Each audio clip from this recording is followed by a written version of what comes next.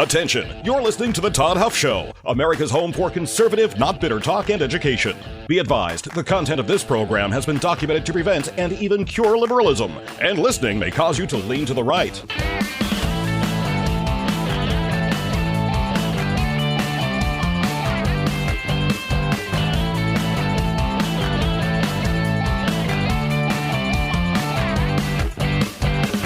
And now, coming to you from the Full Suite Wealth Studios, here's your conservative but not bitter host, Todd Huff. Well, that is right, my friends. You have tuned in to America's home for conservative, not bitter talk. I'm your host, the one, the only, the ever so beloved Todd Huff. It is my pleasure to be here with you today. I want to talk today, my friends. You know, Election Day is getting relatively close.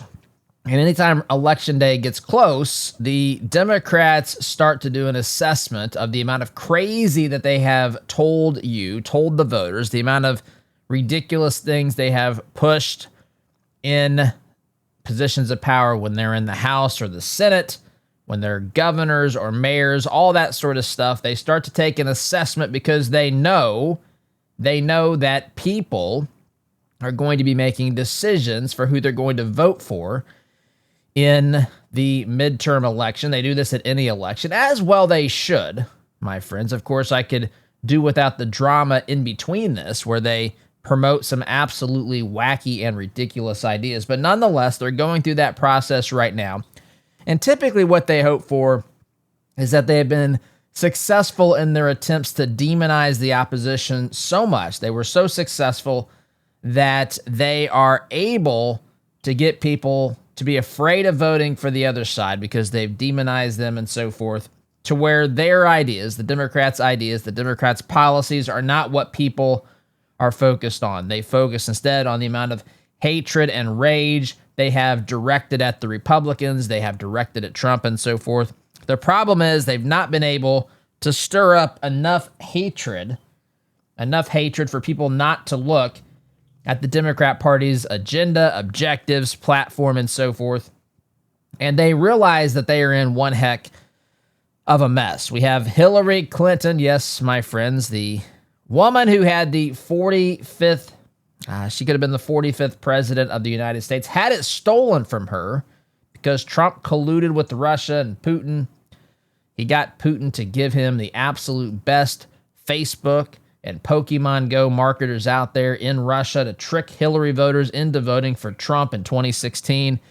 That same Hillary Clinton is out there saying that the Democrats are in a bit of a pickle here because of socialism and wokeism. We've also got AOC during an interview over the weekend trying to make light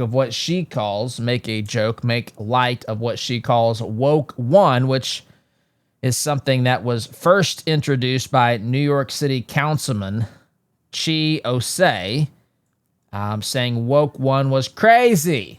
Cray, my friends. Yes, it's crazy. It's absolutely insane. It always has been. It always will be.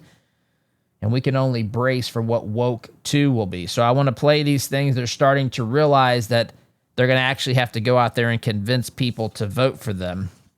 Some of those people are going to have to be convinced that their ideas, Democrats' ideas and policies and the things that they actually stand for are better than what Republicans have promoted and stood for, part of their policy, part of their party platform and so forth. So that's where we're headed today, my friends. If you want to be part of the discussion, I welcome you to join us. The best way to join that discussion is by joining the Inner Circle, which is free to join. All you have to do is text the word join to 317-785-1030, and we will be sure to get you signed up for that. Wrong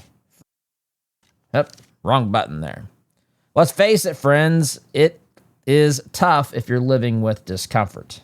And prescription medications can help, but they often come with a long list of side effects, sometimes as long as an actual CVS receipt. And that doesn't even include the risks of dependency. As the voice here, I've shared with you yesterday, fall allergies get me, so I'm in fall allergy season. If you're watching on the stream, you might see my eyes are a little bit red and watery this morning, so I apologize for that. But friends, This is why more people are exploring natural options, I say, like Kratom from Christopher's Organic Botanicals. This is a family-run company. They do things the right way. They work directly with Indonesian farmers, and they lab test every batch that they bring to market here in the good old US of A. There are no synthetics. There are no chemicals.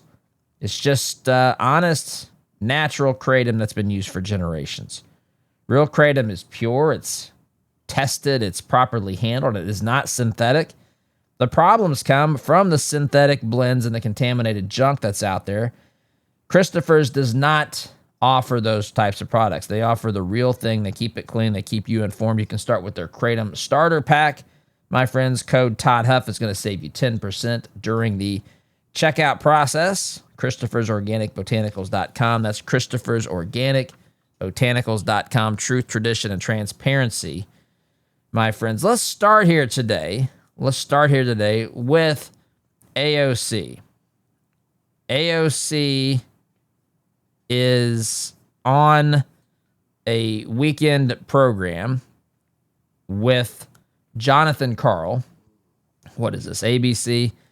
And she's talking about the election and so forth. She's encouraging people. This is the takeaway here. She's encouraging people. Listen to this. She's encouraging people not to listen to what Democrats said in the past.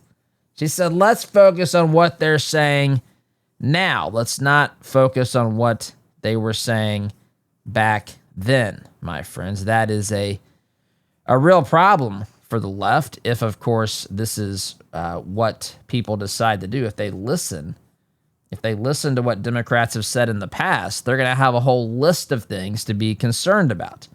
And that's what I want to talk about here. I got the wrong link. Bear with me here here we go.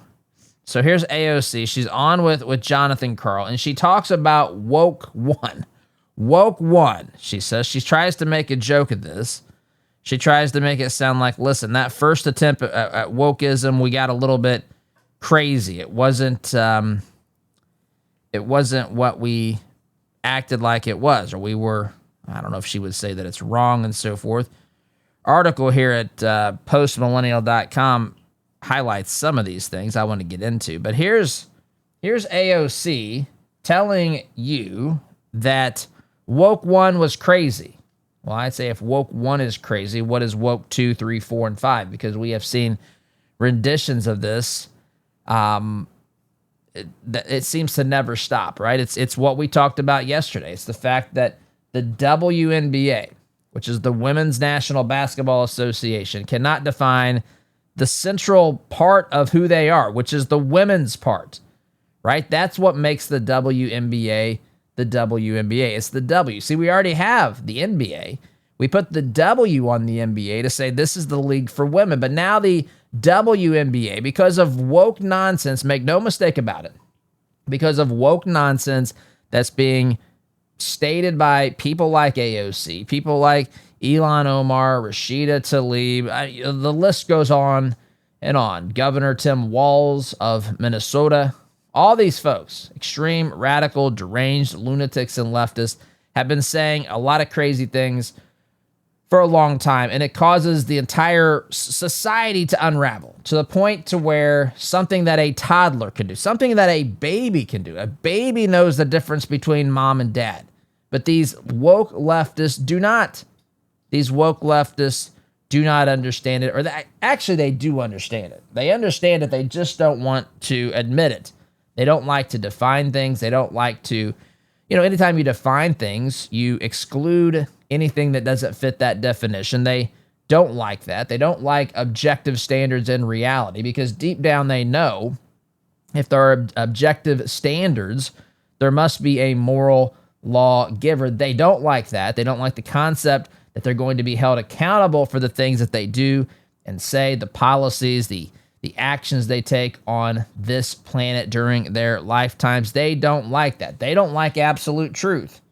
And what's interesting to me is that the people who deny that there is an absolute truth are making an absolute truth claim. So it's a self-defeating principle. They are stuck with this, my friends. They are stuck with this each and every day. They know it. They can't escape it. They've tried to confuse themselves. They've tried to confuse you. They've tried to pretend all sorts of things. That's what we're dealing with here, my friends. A major case of pretendinitis. We're not dealing with anything based in reality whatsoever. So AOC knows this. These politicians know this. They're gearing up for an election season. They're headed towards the midterm elections. These are very important elections, as all these elections are going to be important, candidly, for the rest of your life, my friends. And we just got to accept that reality, put on our big boy or big girl pants and deal with this reality. But AOC takes to ABC this week with Jonathan Karl, and she tries to laugh it off. She tries to pretend that, look, woke one was a little crazy. Ha, ha, ha. We don't have to, these politicians today, these folks that are asking for your vote, they're not saying those things anymore. They're saying some different things. You should listen to what they're saying now, not what they said then. If you don't believe me, here she is speaking for herself. What do you make of those controversial statements? I'm sure you've seen. I mean, she's, the Thanksgiving dust up. She says she doesn't, still believe that, but, the abolished prisons, abolished police, which is also positions that have been taken by a lot of the progressive candidates who have won. How do you get around that? I mean, those are not positions that are supported by.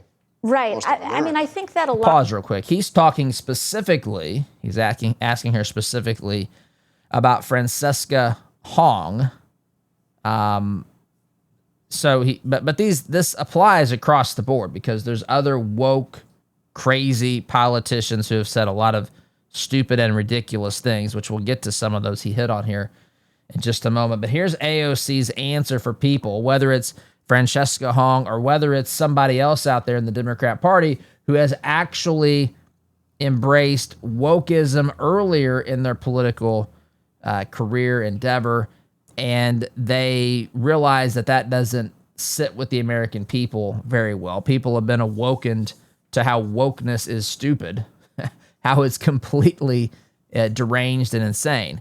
And so now they're trying to backtrack. In fact, they're trying to make a bit of a joke about it. A lot of these races, even right now, they'll have a tendency to be nationalized. Yeah. But these races ultimately are local, and all politics are local. My understanding is that that Francesca Hong has made clear her present stances to her electorate. Yeah, she's moved away from a lot of that. Right, she's moved away from it. And I have a local city councilman that has this saying, woke one was crazy. Woke one was crazy. Okay, that's and I think that what's important is that we have to assess what was it? I mean, did the movement go too far?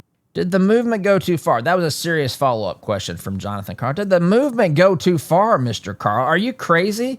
If you want to know why normal people, which, by the way, is something that, according to the woke lexicon here in the past 4, 5, 6 years, we're not supposed to say. We're not supposed to say woke, normal people, I should say. And so I want to talk about this. He really thinks that is a question that's worth evaluating. Did they go too far? Did the woke go too far? Jonathan, we can't define what a woman is. We literally have a league that is in jeopardy of being sued into oblivion.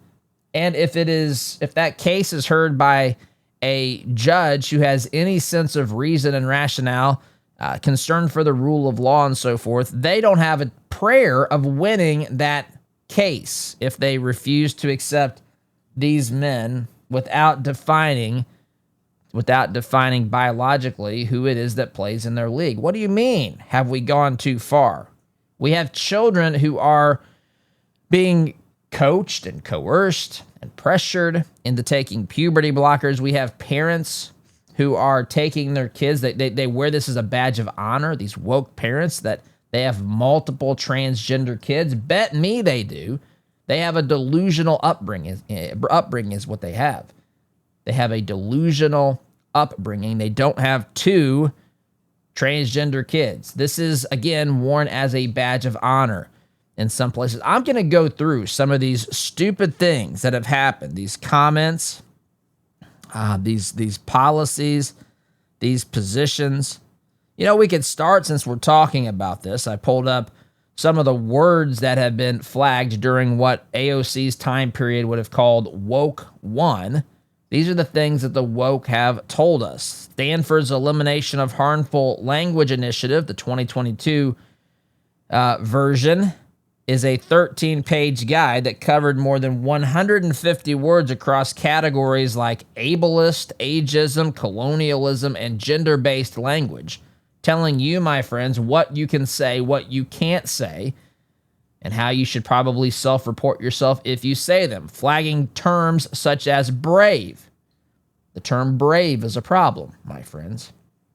The term American is a problem.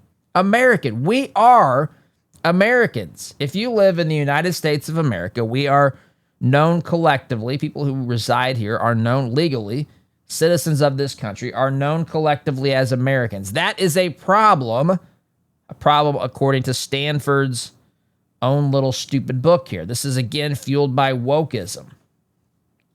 You can't say, take a shot at it. You say, hey, let's take a shot at solving this problem. No, no, no. That is a violent statement. Ironically, the same people who herald these sorts of changes to our language, who applaud it, are the same ones who were quite literally cheering when President Trump was literally shot at and shot by alleged assassins. It's remarkable. No can do is on that list. No can do. Hey, can you help me out here? No can do. That is considered something that is offensive and harmful according to Stanford. The term submit. Jiminy, how many forms have you filled out online where you clicked submit? Can't say that anymore because that's, of course, offensive and harmful. It also proposed swapping American for U.S. citizen and abort for cancel. Other flagged terms include normal person and white paper, right? White paper. Things like blacklisted, that's in the group here. Politico's internal style list from 2022 told staff not to use certain terms like mankind. Can't use mankind. That's offensive. That's harmful. We can't do that. You can't use biological male because there's inclusivity reasons and rationale. You can't use biological male because if you define a trans woman as a biological male, which, make no mistake, again, I explained this repeatedly on this program. I get a lot of heat for it, but take it to the bank. It's true. Listen, the truth doesn't care what the critics say. The truth doesn't care how upset they get, what they call you. The truth is the truth. And a trans woman is a fake woman, a make-believe woman. A trans woman is a biological male. That's how, when you see the word trans, I've said this before. I don't mean that it's across any use of the word trans, like transatlantic or something like that. Transmission. I'm not saying it applies everywhere, but in the case of gender, when you see the word trans, it means fake. It means not real. So I know that sounds hateful. I'm not trying to be hateful. In fact, as I've said before, my heart goes out to people who struggle with these particular issues. It is sad to see people have these sorts of struggles. We all have our struggles in some area. This particular struggle, when it is not considered a struggle, when it's considered, hey, you're breaking free from a mistake. You're breaking free from your biological gender, which, again, I'm not supposed to say, apparently. Apparently that's hateful and racist and triggering and all this. But this is, the line of thinking here is actually detrimental. It causes actual real harm to people. Again, go look at what Chloe Cole has to say. There's many others as well. People who have transitioned or who pursued transgenderism, and now they regret it. In fact, some of them are saying, where were the adults in the room? The adults in the room are the one listening to this program and listening to other conservative messages out there, the people who are embracing truth. But friends, it's the people that are surrounding these young people who are in need, who think they are in need of some sort of gender-affirming care or transgender operations and puberty blockers and so forth. The people that are in the rooms making the recommendations or that are listening and trying to consult through this chaos and through this difficulty, these are people that are completely cool and fine with with gender mutilation, bodily mutilation. They're totally fine with that. They're totally fine with puberty blockers. They think this is legitimate. They think that this is actually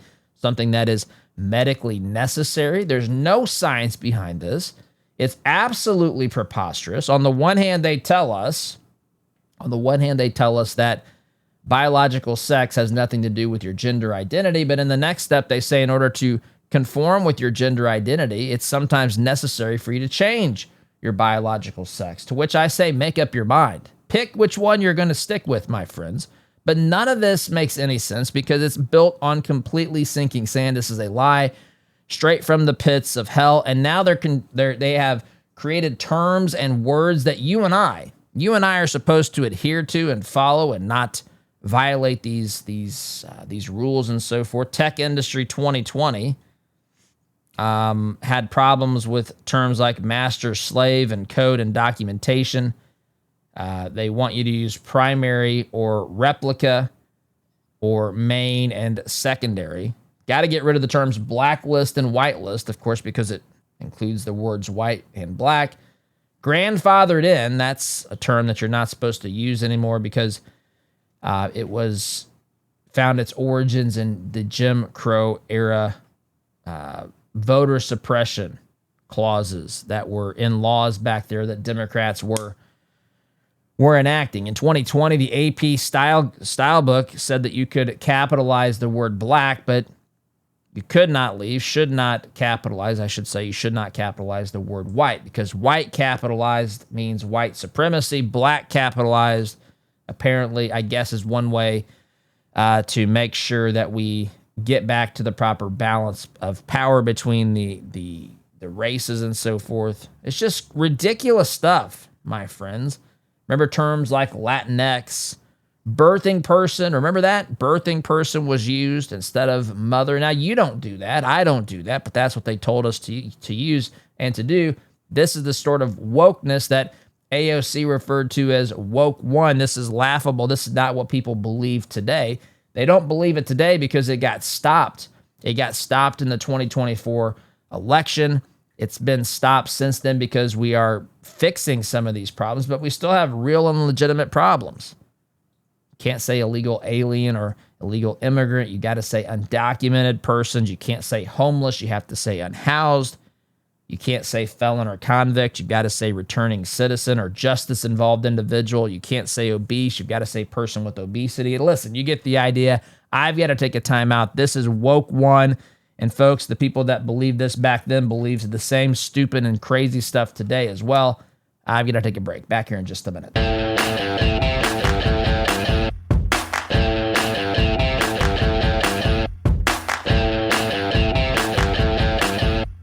Welcome back, my friends. The Democrats want you to forget how woke they were in 2020, 2021, 2022, 2023, 2024.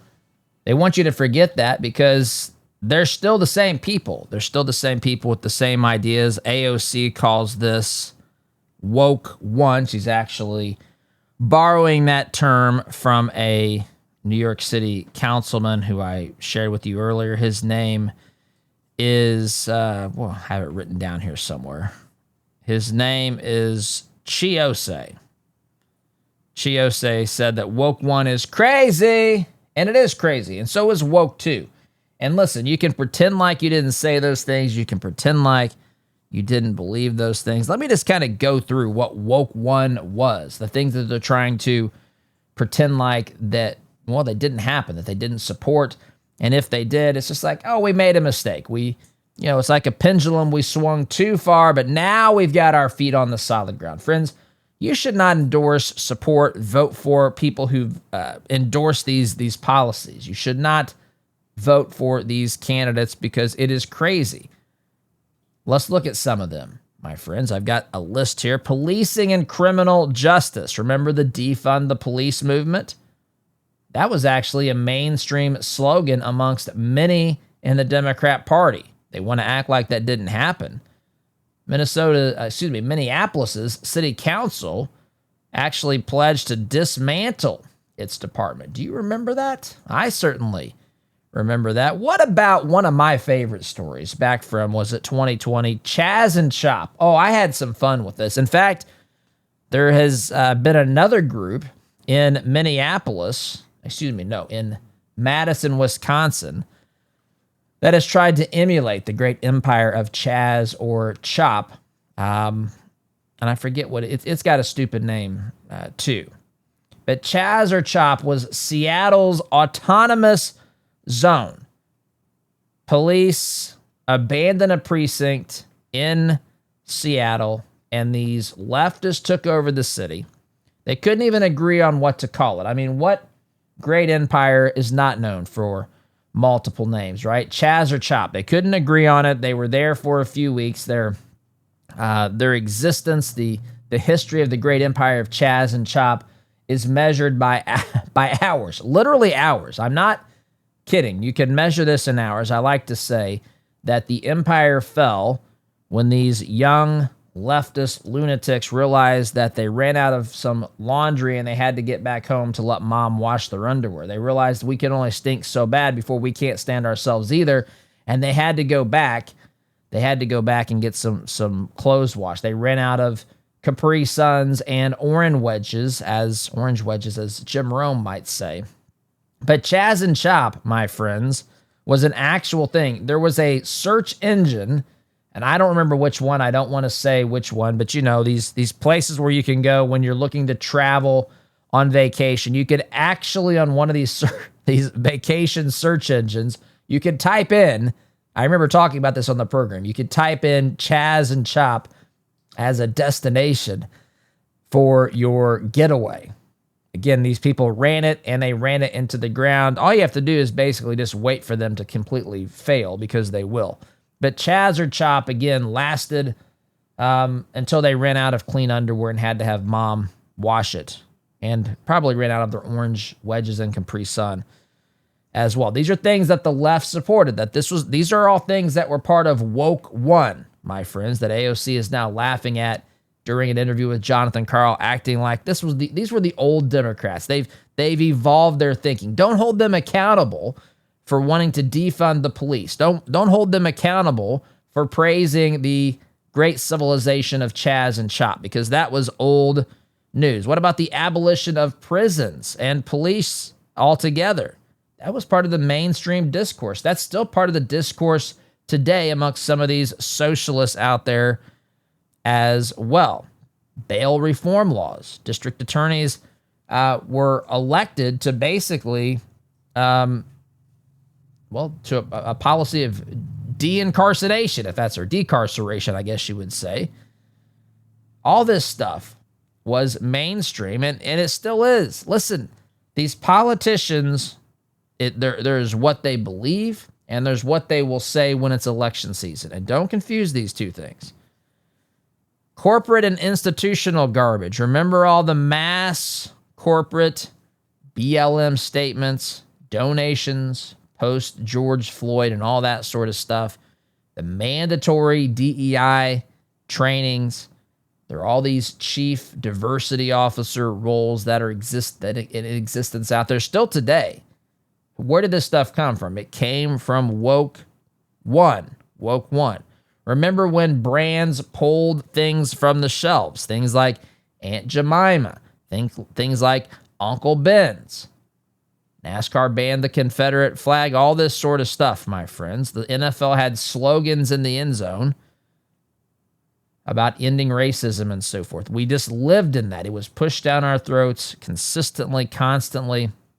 Listen, you may not agree with all those things or agree, whatever, but the point is, all that was the creation of wokeism, where you had to conform. You had to conform to what they said was racist or not racist, or you had to conform to what wasn't racist, and they would tell you what that was. And it's, of course, absurd. We talked about language. We talked about things like Latinx. We talked about birthing persons. What about all the pronouns and signatures? Who do you think led the charge for this? Was it not the woke, my friends? It absolutely was. People sign off in emails. He, her.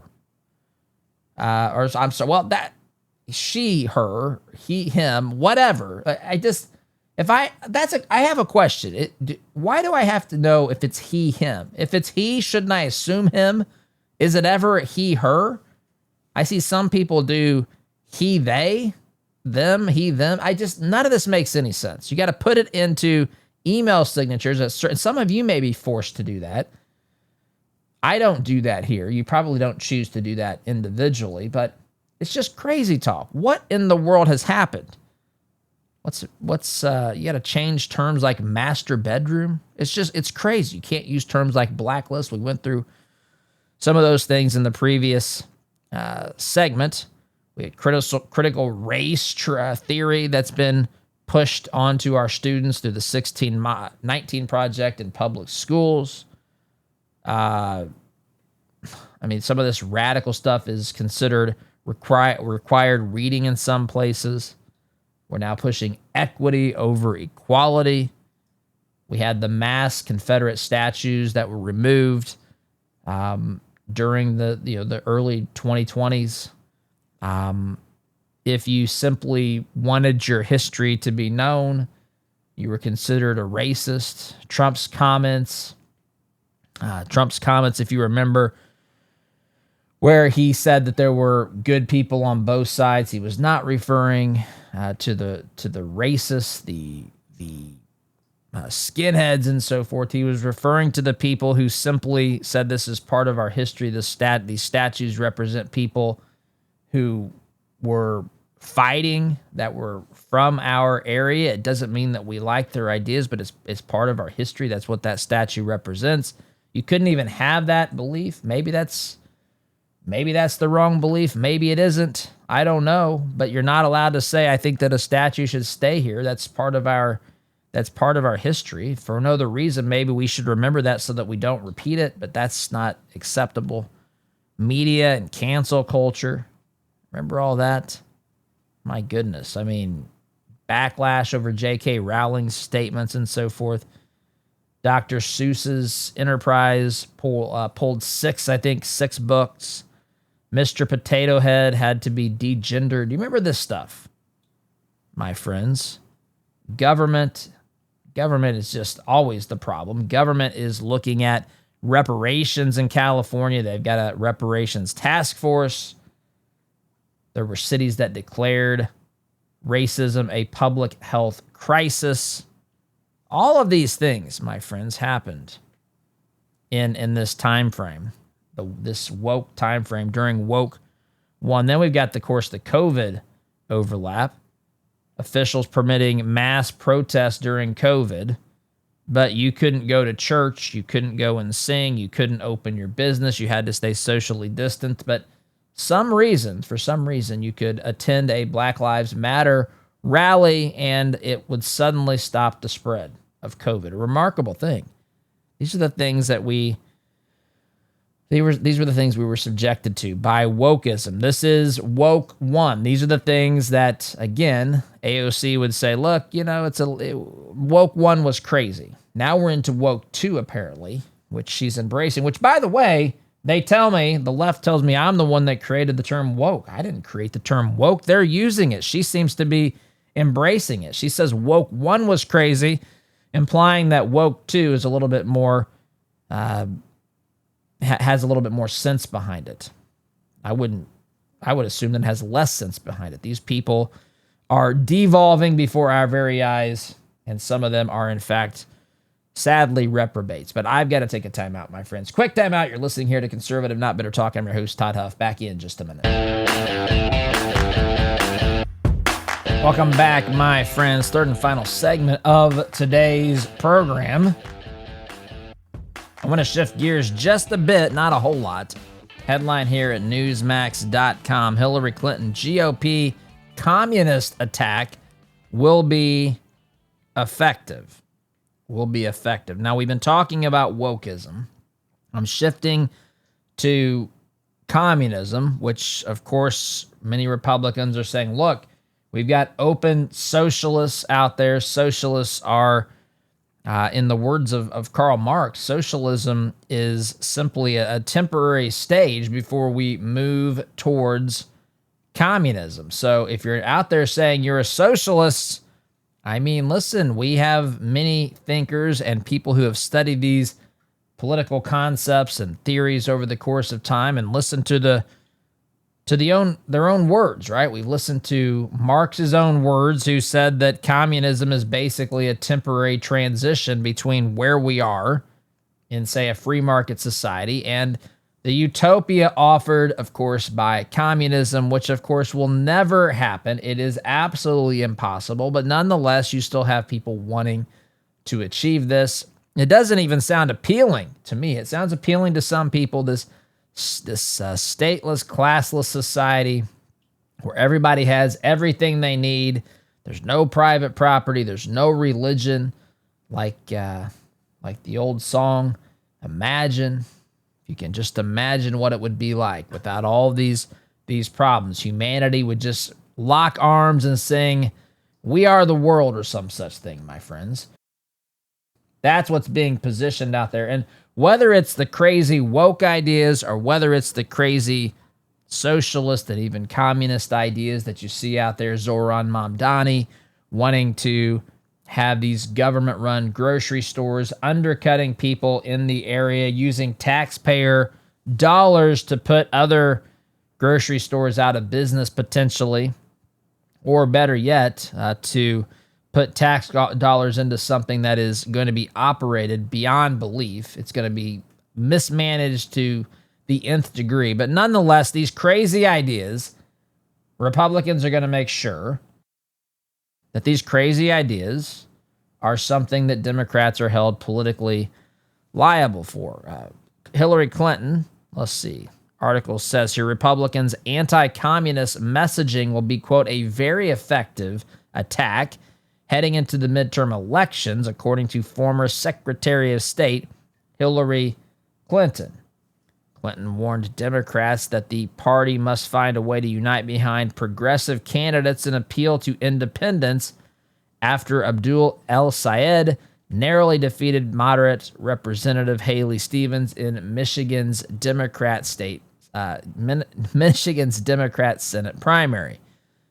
The real fight will be, how do we make sure that people who voted for Haley feel comfortable voting for Abdul El-Sayed? And how do we get independents to feel comfortable? Clinton said Friday on the Pivot with Kara Swisher and Scott Galloway podcast. It's not just about Michigan, but the Republican message is communist socialist. It's going to be a very effective attack. And so people on the left have to be prepared to answer that and be effective, she says, in answering that. When Swisher questioned whether calling candidates communist could prove effective in 2026, Clinton pointed to President Donald Trump's strategy. All I know is that's the attack that Trump is leading with, and I assume they've tested it, and I assume that they have reason to believe that it's effective, or they wouldn't be beating the drum on it, Clinton said, noting that Vice President J.D. Vance and other Republicans also have adopted the message. Listen, this is how political campaigns are often done, right? You test messaging. It's very calculated. You bring in the strategist. You see how people respond to certain words. I don't know that Trump falls into this. I know that Trump certainly has people that do this. I think that they try to tell Trump what to say. Sometimes he might take their advice. Other times he probably completely ignores it because he's just he's going to say what he wants to say. What really matters to me is it defensible? And we have people out there today who are openly claiming to be socialist. There are reasons to believe. Of course, the left will deny this. The socialists will deny this and say, listen, we just want to have absolute control over your money, over your tax rate and so forth. If a majority of people tell us that we can do that, if a majority of people tell us that we can take all of your wealth, we think that we should do that. That's what they'll say. But we think it should just end. It should just end with taking over your financial world, your financial life, how much money you have in the bank, what your net worth is. The problem is it never does. You can state your intentions up front, but that's never where it stays. Socialism and communism are inextricably linked, my friends. And you can try to pretend or act like that link doesn't exist, but it does. It absolutely does. And it's fair to at least mention, it's fair to question, especially when you have people who are open communist sympathizers, when you have people in the Democrat Party who are excusing some of the things these brutal regimes have done over the course of history.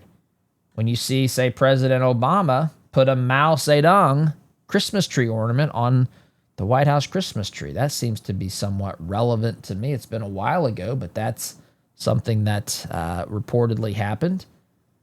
So this is a fair line of attack. The Democrats don't have a response to it because many of them believe it, unfortunately, my friends. Also, unfortunately, I am out of time. Thank you so much for listening. Have a great day. SDG.